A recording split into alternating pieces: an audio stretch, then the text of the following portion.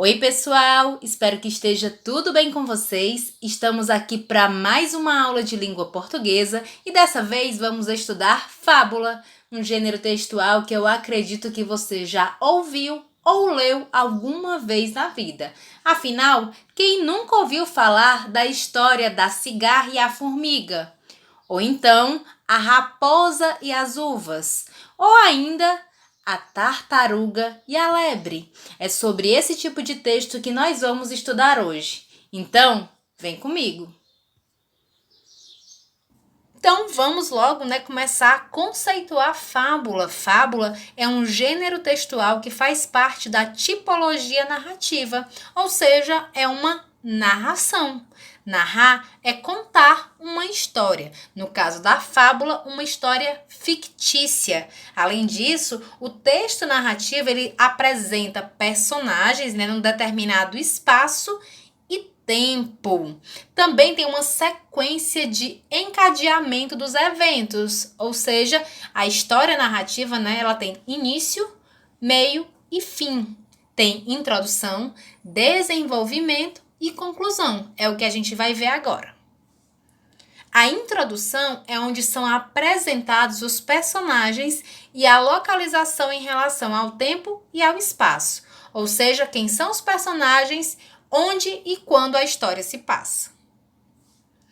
O desenvolvimento é o desenrolar da história, como os personagens estão agindo entre si, como eles estão interagindo. É aqui onde o leitor começa a ficar curioso para saber o que é que vai acontecer mais à frente. E esse mais à frente é o final, é a conclusão. No caso específico da fábula, a conclusão tem a intenção de gerar uma reflexão sobre um determinado assunto, sobre um determinado ensinamento. Então, uma fábula vai te ensinar alguma coisa. Vamos agora às características das fábulas. É uma narrativa curta, ou seja, é um texto pequeno. A linguagem é simples e objetiva. Os personagens são geralmente animais que apresentam características ou comportamentos humanos. O mais notório entre eles é que os animais adquirem a capacidade humana de falar. E destaquei aqui também geralmente, porque geralmente são animais os personagens, porém nem sempre. É o que a gente vai ver em um dos exemplos mais à frente. Os comportamentos, representam as virtudes, as qualidades ou os defeitos humanos, como, por exemplo, a honestidade, generosidade, a sapiência, a inocência, a pureza, a inveja, a maldade, a curiosidade e por aí vai. É narrada em terceira pessoa. O que isso quer dizer? Quer dizer que o narrador, aquele que conta a história, não participa dela. É um olhar de fora do que está acontecendo. Ela pode ser escrita tanto em prosa quanto em verso. Qual a diferença entre prosa e verso? Vou tentar aqui falar rapidamente, Um texto escrito em prosa é aquele texto organizado em parágrafos. Geralmente ocupa a página de margem a margem. Já o texto em verso, como o próprio nome já diz, é um texto estruturado em verso. Ele tem as estrofes, geralmente tem rimas, tem uma métrica própria. E uma fábula sempre vai trazer uma moral com o objetivo de ensinar valores, de uma forma lúdica, de uma forma divertida. Então, ao mesmo tempo que você lê uma fábula, se diverte, ela também traz um ensinamento aí por trás. Vamos ao primeiro exemplo, a raposa e a cegonha. Se a gente olhar aqui para a estrutura de início, a gente vai ver que esse texto está organizado em parágrafos. Então, é um texto em prosa. Então, vamos lá. Um dia, a raposa convidou a cegonha para jantar. Querendo pregar uma peça na amiga, serviu sopa num prato raso. Claro que a raposa tomou toda a sua sopa sem o menor problema, mas a pobre da cegonha, com seu bico comprido, não conseguiu tomar uma gota. O resultado foi que a cegonha voltou para casa morrendo de fome. A raposa fingiu que estava preocupada. Perguntou se a sopa não estava do gosto da cegonha, mas a cegonha não disse nada. Quando foi embora, agradeceu muito a gentileza da raposa e disse que fazia questão de retribuir o jantar no dia seguinte. Assim que chegou, a raposa sentou lambendo os beiços de fome, curiosa para ver as delícias que a outra ia servir. O jantar veio para a mesa numa jarra alta, de gargalo estreito, onde a cegonha podia beber sem o menor problema. A raposa, amoladíssima, só teve uma saída: lamber as gotinhas da sopa que escorriam pelo lado de fora da jarra. Ela aprendeu muito bem a lição. Enquanto ia andando para casa, faminta, pensava: não posso reclamar da cegonha. Ela me tratou mal, mas fui grosseira com ela primeiro. Moral da história: trate os outros tal como deseja ser tratado. Então, o que a gente tem aqui? A gente tem a raposa e a cegonha tendo características, sentimentos humanos, como a maldade, a chateação. A cegonha agiu com vingança com a raposa, né? Pagou na mesma moeda. Ou seja, se a raposa fez mal, tratou mal, ela fez o quê? Retribuiu a maldade com maldade. Então, qual é o valor que essa fábula ela tenta repassar para a gente? O valor da bondade e não da maldade. Porque se você age com maldade, a maldade volta para você. Trouxe aqui mais uma fábula, dessa vez trouxe uma fábula onde os personagens principais não são animais. Porém, a gente vai ver que atende todos os critérios de ser uma fábula. E o principal é o quê? A moral, né? O ensinamento de um valor. Então, vamos lá. O texto tem como título O Pastor e o Lobo. Um pastor de ovelhas achava a vida muito monótona. Por isso, inventava de tudo para se distrair. A sua diversão favorita era fingir que estava em apuros. Um lobo! Socorro, socorro! Costumava gritar aos quatro ventos. Quando as pessoas do povoado vinham em seu socorro, encontravam-no perfeitamente seguro, rindo a valer. Um dia, apareceu um lobo de verdade na frente do pastor. Desesperado, ele começou a gritar como sempre fazia. Um lobo! Socorro, socorro!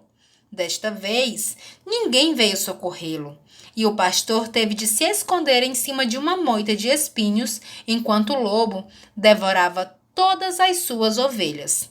Moral da história: quando os mentirosos falam a verdade, ninguém acredita. Mais uma fábula aqui do Esopo. Então, nessa fábula, a gente tem uma estrutura de quê, pessoal? De prosa ou de verso? Mais uma vez, de prosa, né? Ela é organizada em parágrafos. Só que ela não traz aqui, né, o personagem principal sendo um animal. Nesse caso, é uma pessoa, o pastor. E qual é o valor que essa fábula ela quer repassar? O valor da verdade, da honestidade. Vamos aqui, pessoal, para mais uma fábula, dessa vez muita atenção, porque eu vou estar comparando a mesma fábula. Primeiro, né, eu vou apresentá-la em prosa e depois em verso. Mais uma vez, uma fábula do Esopo, que foi um escritor grego que nasceu em 620 a.C., que começou a escrever esse tipo de texto e ainda hoje faz sucesso no mundo todo. Então, vamos lá a história. O leão e o rato. Certo dia, estava um leão a dormir a sesta quando um ratinho começou a correr por cima dele. O leão acordou, pôs-lhe a pata em cima, abriu a bocarra e preparou-se para o engolir. Perdoa-me! Gritou o ratinho. Perdoa-me desta vez e eu nunca o esquecerei. Quem sabe um dia não precisarás de mim. O leão ficou tão divertido com esta ideia que levantou a pata e o deixou partir. Dias depois, o leão caiu numa armadilha. Como os caçadores o queriam oferecer vivo ao rei, amarraram-no a uma árvore e partiram à procura de um meio para o transportarem. Nisto, apareceu o ratinho. Vendo a triste situação em que o leão se encontrava, roeu as cordas que o prendiam. E foi assim que um ratinho pequenino salvou o rei dos animais. Moral da história: não devemos subestimar os outros. Ou seja, a gente tem que dar o devido valor às pessoas. Gentileza se retribui com gentileza. Você não deve se achar melhor do que ninguém. Nesse caso, o leão, menosprezou o ratinho pelo tamanho dele, achando que nunca ia precisar do rato pelo fato dele ser o rei da floresta. O leão ser o rei da floresta e o ratinho ali naquele tamanhico tão insignificante para ele. E aí o rato tem uma habilidade que ele não tem, o de roer as cordas, e acabou por salvá-lo. E agora a gente vai ver o mesmo texto, só que em formato de verso. Então presta atenção. Desta vez, esse texto, o Leão e o Rato, eu tirei aqui do recantodasletras.com.br, que agora a gente vai ver em formato de verso. Muito distraído o ratinho, da sua toca saiu, percebendo atemorizado que nas garras do leão caiu. Paralisado pelo medo, percebeu logo o perigo. Puxa, o pavor foi tão grande que teve frio no umbigo. O ratinho implorou: seu leão, quero viver. Ainda sou tão novinho e não quero morrer. O leão ficou pensando, a juba até coçou, olhou bem para o ratinho e depois o libertou. O ratinho, agradecido, prometeu ao rei leão: esse ato de bondade terá retribuição. Ha, essa é boa, o leão deu gargalhada. Um bichinho tão pequeno me salvar? Que palhaçada! Alguns dias se passaram e, ao andar por uma trilha, o imponente leão caiu então numa armadilha. Foi então que apareceu, bem feliz e saltitante, aquele pequeno ratinho libertado dias antes. Rapidamente o ratinho, a rede começou a roer, até que o leão conseguiu se desprender. O leão, agradecido e também sem argumento, comprovou o velho ditado: tamanho não é documento. Viram aqui, pessoal, a diferença? Viram a estrutura, aqui desse texto, o mesmo texto, com uma versão diferente e numa estrutura também diferente. Anteriormente, a gente tinha lido o texto em prosa e agora em verso, Que aqui, essa organização dos versos, cada linhazinha é um verso. Então, quando formam-se aqui, quando a gente tem o ajuntamento de 4 versos, a gente tem uma estrofe. Nesse caso, nós temos aqui 10 estrofes para contar a história do leão e o ratinho. Espero que vocês tenham gostado, tenham aprendido as características da fábula. Aproveita, pessoal, e inscreve-se no nosso canal. Até a próxima aula. Um cheiro e tchau!